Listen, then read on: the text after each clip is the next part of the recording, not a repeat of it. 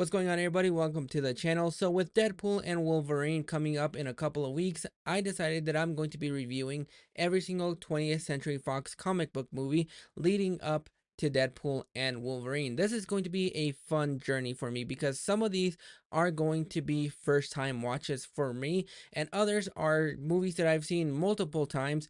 Some are going to be movies that I haven't seen in quite a while. But when it comes down to the 20th Century Fox films, most of them range from amazing to good to bottom of the barrel garbage. So we're going to be going through the great, the good, and the awful leading up to Deadpool and Wolverine, which I'm really excited about. So with that out of the way, let's go ahead and get started with the movie that started it all, the 2000s X-Men. Now this is a movie that has stood the test of times as being one of, if not the #1 comic book film of all time. And over the years, it has been a very influential movie that has shaped the comic book movies over the past 24 years. I feel without this movie, we probably would not have gotten the comic book movies that we have gotten today. Because when you look back at a time before this movie, we had the Michael Keaton, Val Kilmer, and George Clooney Batman movies. Plus, we also had the Richard Donner Superman movies. And then around this time, we had Blade. But I feel like Batman and Robin kind of killed the comic book genre to a certain degree. And when Bryan Singer came in to take on X-Men, the way that he started the movie off with a young Eric in the concentration camp, giving us a reason why he goes on to hate mankind.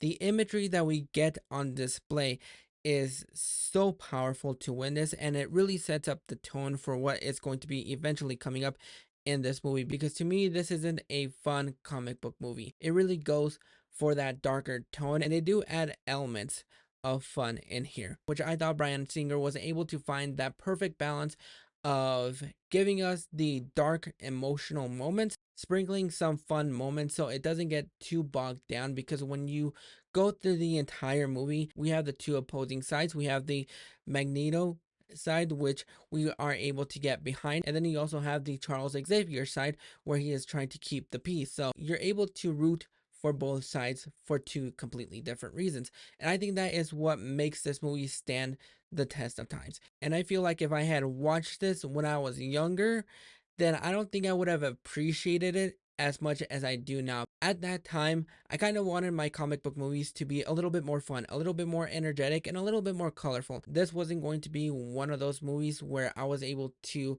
accept the dark tones, much like I do right now.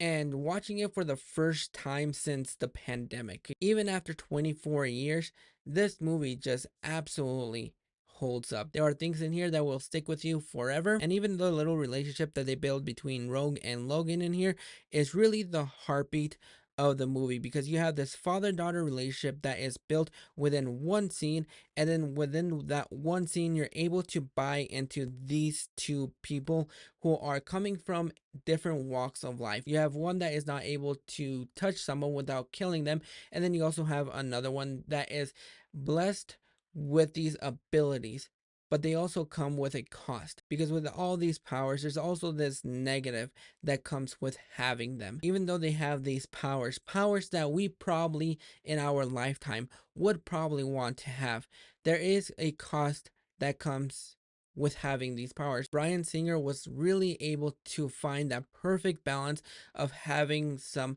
hefty moments, but at the same time being able to levitate that with having some cheesy moments in here. Because in the hands of somebody else, I feel like it would have been overly cheesy and wouldn't have taken it very seriously. But I think that is what makes this movie really influential even after 24 years. Not only do we get those fun and colorful comic book movies nowadays and even back then, but it really did show the industry that you're able to tell these stories with really hefty emotions.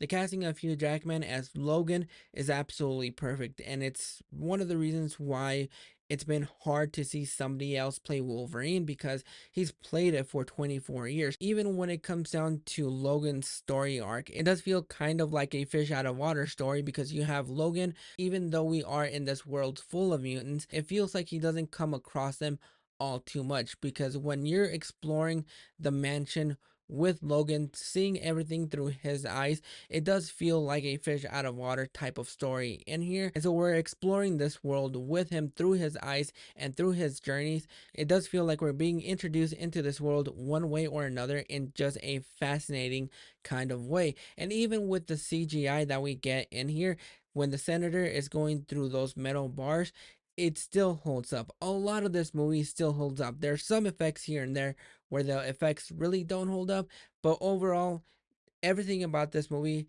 really does hold up. And the only nitpick that I have with this movie is the fact that I kind of wish we had a little bit more with Cyclops, Storm, and we explored the house a little bit more, because I really love Famke Jensen as Jean Grey in here, and just the way that she is used in here just absolutely worked for me, and I absolutely loved that about this movie. But overall, even though I have those nitpicks, even with those cheesy moments in here, I still absolutely love this movie. It's a movie that will hold the test of times for years to come. And overall, I'm going to go ahead and give X-Men a 10 out of 10. Just a little bit of nitpicks here and there that I had with this movie, but those nitpicks didn't really stop me from enjoying this movie, and it definitely didn't stop me from wanting to rewatch it again every now and then. But those are my thoughts on X-Men. Let me know down in the comment section below what your guys' thoughts are on this movie. Do you love it? Do you hate it? Is it your number one comic book movie of all time? Go ahead and drop your thoughts in the comments below, and we'll catch you guys for the next video.